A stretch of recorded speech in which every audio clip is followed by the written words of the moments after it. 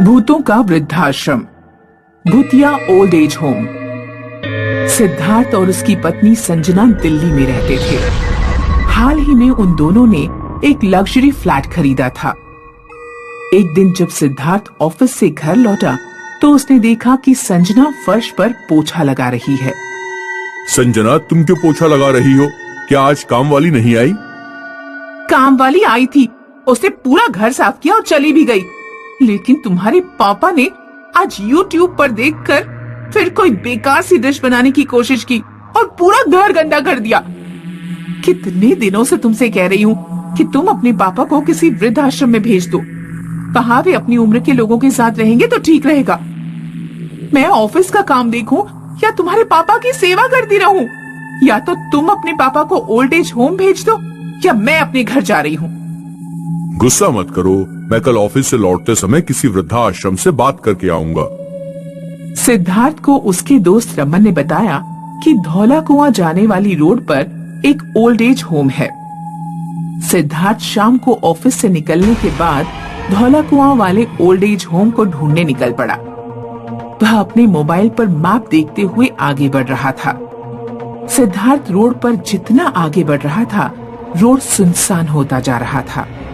Road पर कोई light भी नहीं थी। अचानक मोबाइल पर ओल्ड एज होम की लोकेशन बार बार चेंज होने लगी। सिद्धार्थ कभी आगे जाता तो कभी उसे अपनी कार पीछे लेनी पड़ती। ये मैप को क्या हो गया? यहाँ कोई आसपास दिख भी तो नहीं रहा जिससे मैं रास्ता पूछ सकूं। सिद्धार्थ ने अपने दोस्त रमन को फोन किया, लेकिन मोबाइल में सिग्नल नहीं आ रहे थे।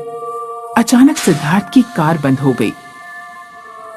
सिद्धार्थ ने फ्रंट मिरर में देखा तो पीछे वाली सीट पर एक भयानक बूढ़ा आदमी बैठा हुआ है।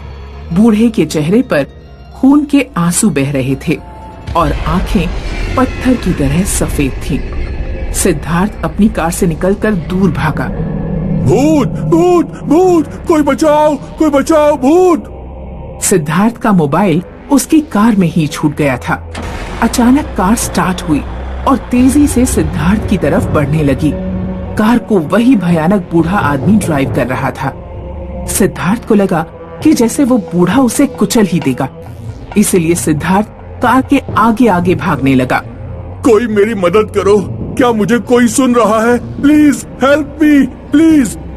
सिद्धार्थ को कुछ दूरी पर एक चौकीदार दिखाई दिया।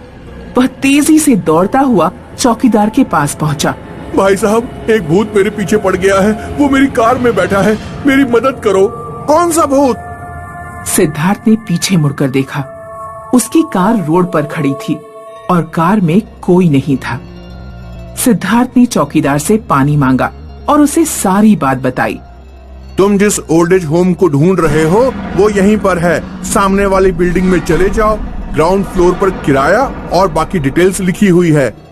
तुम ऊपर जाकर ओल्ड एज होम का एनवायरनमेंट और रहने की सुविधा भी देख सकते हो।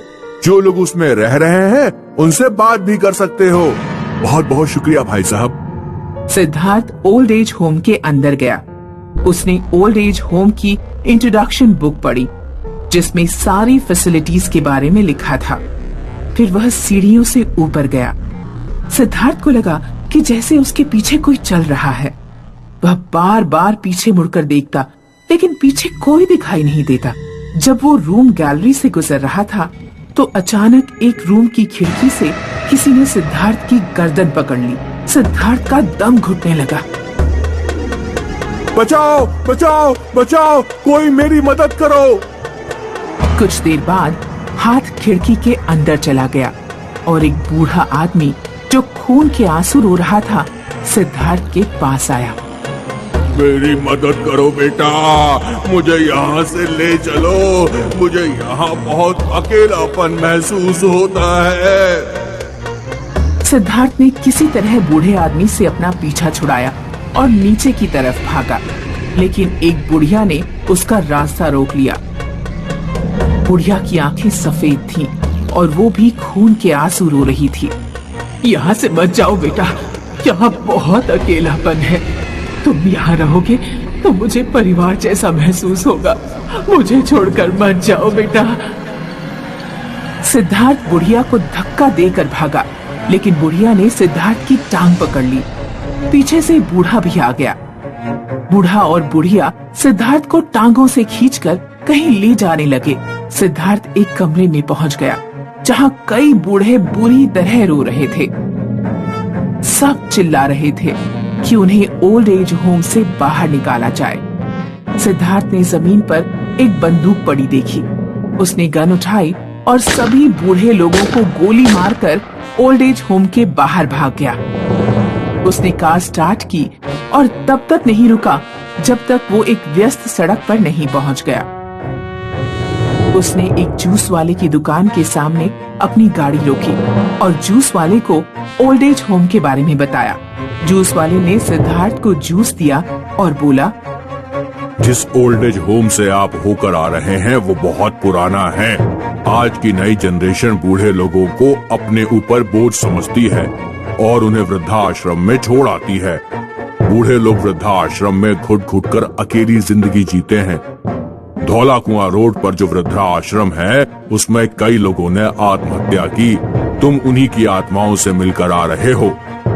मैं तुम्हें सलाह दूंगा कि अपने पिता को किसी ओल्ड एज होम में मत छोड़ो। वे भी अकेलेपन में घुट घुट के मर जाएंगे। और ध्यान रखो कि आगे तुम्हें भी बूढ़ा होना है। जूस वाले की बातें सुनकर सिद्धार्थ ने अपना मन बदल लिया। उसने अपनी पत्नी को जाकर सारी बात बताई और डिसाइड किया कि वो अपने पिता को वृद्धाश्रम में नहीं भेजेगा।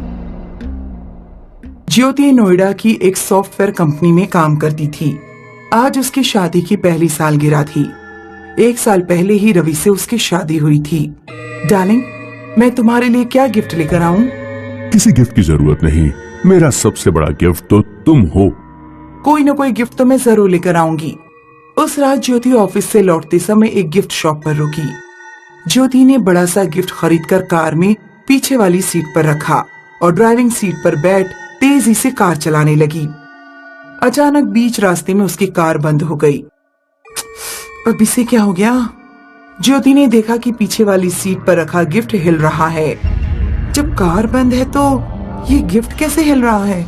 ज्योति रवि को फोन करने ही जा रही थी कि तभी गिफ्ट में से एक भयानक चुड़ैल बाहर निकली, जिसके हाथ में मोटी रस्सी का फंदा था।